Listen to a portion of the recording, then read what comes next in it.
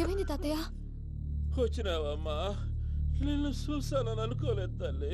తాతయ్య, నేను పోయేలోగా నువ్వు బావని పెళ్లి చేసుకుంటే చూసావని ఉందమ్మా. బావని పెళ్లి చేసుకుంటానని మాట చేసుకుంటుంది మావయ్య.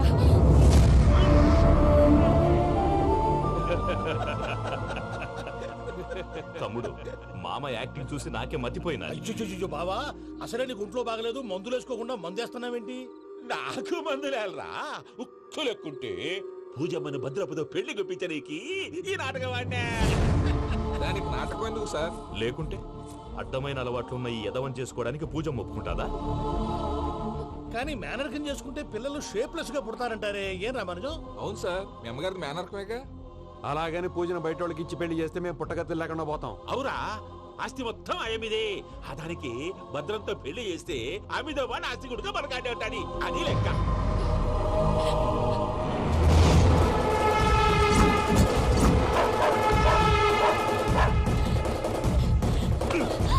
నువ్వెంత ప్రయత్నించినా ఈడ నుంచి తప్పించుకోలేవు.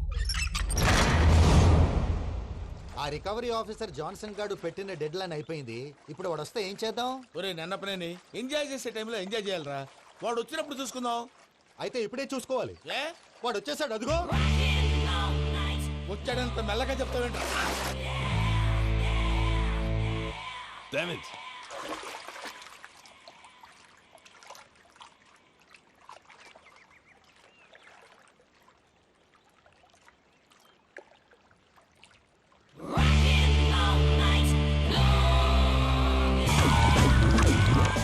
Irresponsible scoundrels. Instead of paying my money you are enjoying here, you can cheat me. Where is my money?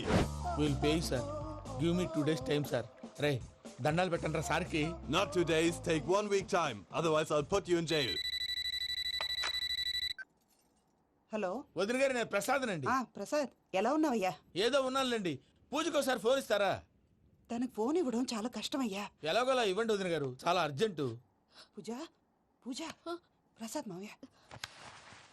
మావయ్య, అమ్మా, నా పొజిషన్ చాలా బ్యాడ్ గా ఉంది. ఆ జాన్సన్ గాడు. నేను ఇక్కడ అంతకంటే పెద్ద ప్రాబ్లంలో ఉన్నాను.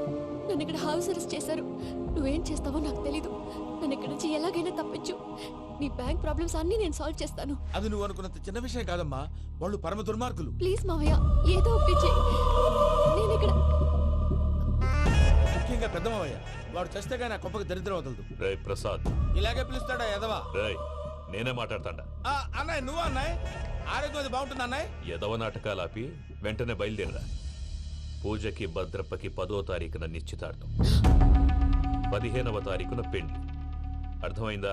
అలాగేనన్నయ్య. మీ మరదల్ని పమ్మి గాండి కూడా తీసుకొస్తాను. ఉంటానన్నయ్య. ఇలాంటి పిచ్చి పిచ్చి ప్రయత్నాలు చేస్తే నాకు కోపం వస్తుంది. అది చాలా ప్రమాదం. వద్దు. ఏమంటుంది పూజ? ఇక్కడ తీసుకొస్తే ఇస్తానంటుంది. ఏముంది భయ్యా, టికెట్ వేసి తీసుకొచ్చేయండి. టికెట్ వేసి తీసుకురావడానికి అది మా అత్తోరిల్లు అనుకుంటున్నావా? అత్తూరిలే కదా భయ్యా. అత్తోరిల్లేరా, కానీ అక్కడ చెత్తనాయాళ్ళు ఉన్నారా. సార్, ఏంటి ఎత్తుక్కుంటూ వచ్చావేంటి? రేపు ఇండియాకి వెళ్ళిపోతున్నాం కదా సార్. ఏంటి పేమెంట్ కోసమా? లేదు సార్, పూజ కోసం. పూజ ఇండియా వెళ్ళిపోయింది. వెళ్ళిపోయిందా? 15వ తారీఖు పెళ్లి కూడా. పెళ్ళా? ఈ పెళ్లికి పూజ ఒప్పుకుందా? పెద్ద లాయర్ల క్వశ్చన్ వేస్తావేంటి? బలవంతంగా చేస్తున్నారు. అయితే ఏంటి? అయితే ఏంటి? నేను పూజను ప్రేమిస్తున్న విషయం మీకు తెలుసు. ఇప్పుడు తనకి ఈ పెళ్లి ఇష్టం లేదని మీరే చెప్తున్నారు. అంటే ఏంటి దాని అర్థం? తను కూడా నన్ను ప్రేమిస్తున్నట్టు అర్థమే కదా? అయితే నన్నేం చేయమంటావు? మీరేం చేయనక్కర్లేదు, నేనే చేస్తాను. ఈ పెళ్లి ఎలా జరుగుతుందో చూస్తాను. Irresponsible scoundrel. Where is my money? నన్ను ఇక్కడ నుంచి ఎలాగైనా తప్పించు. నీ బ్యాంక్ ప్రాబ్లమ్స్ అన్ని నేను సాల్వ్ చేస్తాను. పూజ వాడిని ఇంకా లవ్ చేస్తున్న మబ్బులోనే ఉంచి చావు దెబ్బ కొట్టాలి. వీళ్ళని వాడుకుని పూజన కంచి తీసుకొస్తే మన పని అవుతుంది, పగా తీరుతుంది. నాకు తెలుసు వెంకీ, నువ్వు అంత సాహసం చేస్తావని. నన్ను ఇక్కడి నుంచి ఎలాగైనా సరే తీసుకెళ్ళమని నా వెంకటరమణతో చెప్పు మావయ్య అని పూజ బోర్డున ఏడ్చింది. ఆలోచించాను. వాళ్ళ కర్కోటకులు, నువ్వా ముక్కుపచ్చలారని పసిబిడ్డవి. వాళ్ళ మధ్యకి నేను ఎలా పంపించను? పువ్వు ఉన్న చోట ముళ్ళుంటుంది, ప్రేమ ఉన్న చోట ప్రమాదం ఉంటుంది.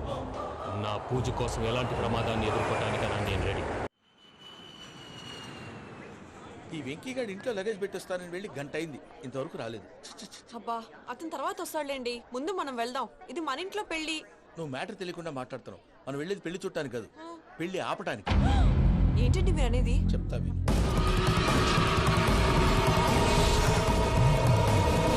అది జరిగింది. పూజకి పెళ్ళెందుకు ఇష్టం లేదు? దానికి కారణం నేను. పూజ నేను ఒకరినొకరిని ఇష్టపడ్డా. అందుకే ఈ పెళ్లి తన మనసుకు కష్టం కలిగించింది. ప్రసాద్ గారికి ఫోన్ చేసి నన్ను రమ్మంది. ఇప్పుడు తన అక్కడి నుంచి తప్పించడం ప్రేమికుడుగా నా బాధ్యత. ఈ వెంకటరమణ బాధ్యతను బరువుగా ఫీల్ అవ్వడం. అందుకే నేను వెంట- నీకు అర్థమైంది కదా? అర్థమైందండి. మమ్మీ బై మిస్టేక్ నువ్వు మ్యాటర్ లీక్ చేసావనుకో, వాళ్ళు పప్పాని శ్మశానానికి ప్యాక్ చేస్తారు. ఊరుకోరా, అవేం మాటలు? డాడీ ఫస్ట్ మంచి పని చేస్తుంటే నేను ఎందుకు చెప్తాను? ఓకే, నీ ప్లాన్ మొత్తం గుర్తుంది కదా? ఒకసారి చెప్పమంటారా? అక్కర్లేదు. అయితే పదండి, దుర్ముహూర్తం వచ్చేస్తుంది. రండి, వెళ్దాం, పద. లగేజ్ తీసుకెళ్ళి. అయ్యా పూజ మూలన ఆయన దేవుడు అసంటోడు. ఆయన మిమ్మల్నే కాదయ్యా, మమ్మల్ని కూడా తన సొంత మనుషుల్లాగా చూసుకునేవారు. ఆ మహానుభావుడి బిడ్డకి అన్యాయం చేయకండి అయ్యా. చేసిన తప్పుకి క్షమాపణ అడగాల్సింది పోయి నాకే సలహాలు ఇస్తాను. భైరాగి, ఈడికిదే ఆఖరి మాట కావాలా?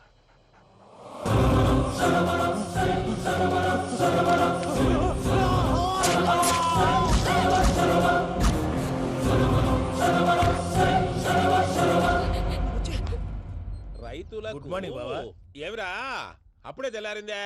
కోపడకు బావా, నేను రామానుజం నైట్ అవుట్ చేసి నువ్వు సంతోషపడే పని ఒకటి చేశాం. అవును సార్. ఏం చేసినారు? ట్యాక్సీలో నీకు 20 లక్షలు సేవ్ చేశాం బావా. 20 లక్షలు మిగిల్చినావా? చాలా మంచి పని చేసినావురా. బావా, మరి నీకు ఉపయోగపడే పని ఏదన్నా చేస్తే నా పత్రాలు నాకు ఇచ్చి నన్ను మా ఊరు పంపిస్తానన్నావు, గుర్తుందా? గుర్తులేకేమిరా, అట్టే వదులే. నాకు చాలా ఆనందంగా ఉంది బావా. రామానుజం, దాదాపు 40 ఏళ్ల తర్వాత మా ఊరు వెళ్తున్నానయ్యా. చిన్ని, బావా, ఈడ అనాథాశ్రమం గురించి రాయలేదేమిరా? అనాథాశ్రమం అదేరా జరుగులు దీనిలో పెట్టిమే. అటనా? నాకు తెలియదే. తెలియదు సార్. గబ్బోడా, ఇప్పుడు దాంట్లో 1000 మంది పిల్లలు ఉండారు. వాళ్ళకు దినాము పొద్దున్నే ఇంత ఇంత ఇడ్లీలు పెడతాం. 2 పూట్ల అన్నము, చారు, పప్పు, పులుసు, పచ్చడి, పెరుగు. బావా, ఇప్పుడు నువ్వు నా కంటికి మేరు మదర్ తెలిసేలా కనిపిస్తున్నావు. ఇంత చేస్తానం కదా, దానికి ఎంత లెక్క అవుతుంది ముందు అది చెప్పు. కాదు, కంసే కం 2 కోట్ల దాకా అవుతుంది. ఏం రామానుజం? అవుతుంది సార్. ఆ, కదా, ఆశ్రమం పేరుతో 2 కోట్లకు అకౌంట్ ఓపెన్ చేసి ఆ. తరువాత బినామీ పేర్లతో మొత్తం మనమే వసూలు చేసుకుంటాం. మరి ఆశ్రమంలో పిల్లకాయలకి? ఆశ్రమం ఉంటే కదా పిల్లకాయలు ఉండేది. ఆశ్రమం లేదా? మరి ఇందాక ఉందన్నావు. కాగితం మీద ఉంటాది. తిక్కరాయాలా, పియూసీ చదువుకున్నావు, నాకు వచ్చే తాట్స్ నీకు రావేమి? నీలా ఆలోచించడానికి నీ కత్రి బ్రెయిన్ నాకు ఉండద్దు. ఎప్పుడో విశాఖ ఉక్కు ఆంధ్రుల హక్కు టైంలో మా అక్కని నీకిచ్చి పెళ్లి చేశాము. అక్కతో పాటు ఆవును దొడుకుని నేను వచ్చాను. ఆవును దొడ్లో కట్టేశావు, నన్ను ఈ ఇంట్లో కట్టేశావు. అక్కతో పాటు వచ్చిన ఆవిళ్ళిపోయింది, తర్వాత అక్కెళ్ళిపోయింది. నేను మాత్రం ఇక్కడే ఉండిపోయాను. నా ఆస్తి పత్రాలు నీ దగ్గర పెట్టుకుని నాకు పెళ్లి పెటాకులు లేకుండా చేసి టీనేజ్ లో వచ్చిన నన్ను ఓల్డేజ్ తీసుకొచ్చాను. కానీ నాకు విముక్తి లేదేమిట్రా? పిండారుడుకుని తినే చండారుడా, ఇస్తరాకులు కడుక్కొని దాచుకునే ఇతం తక్కువ ఎదవా, గేదె కొమ్ములు తీసేసట ఆ పేషెంట్ రా దరిద్రపు కొట్టేదవా, ఏ ప్రాసెదవా? సార్, గంగిగోవులాంటి నాలో గౌడు గేదెలాంటి ఆయన చూసుకుని తిట్టడం వల్ల బీపీ తప్ప ఏమైనా ప్రయోజనం ఉందా? 40 ఏళ్ల నరకం రా మనచం. ఇలాగన్నా బయటపడకపోతే బ్రతకలేనురా. ఇది నీకు తప్పదు.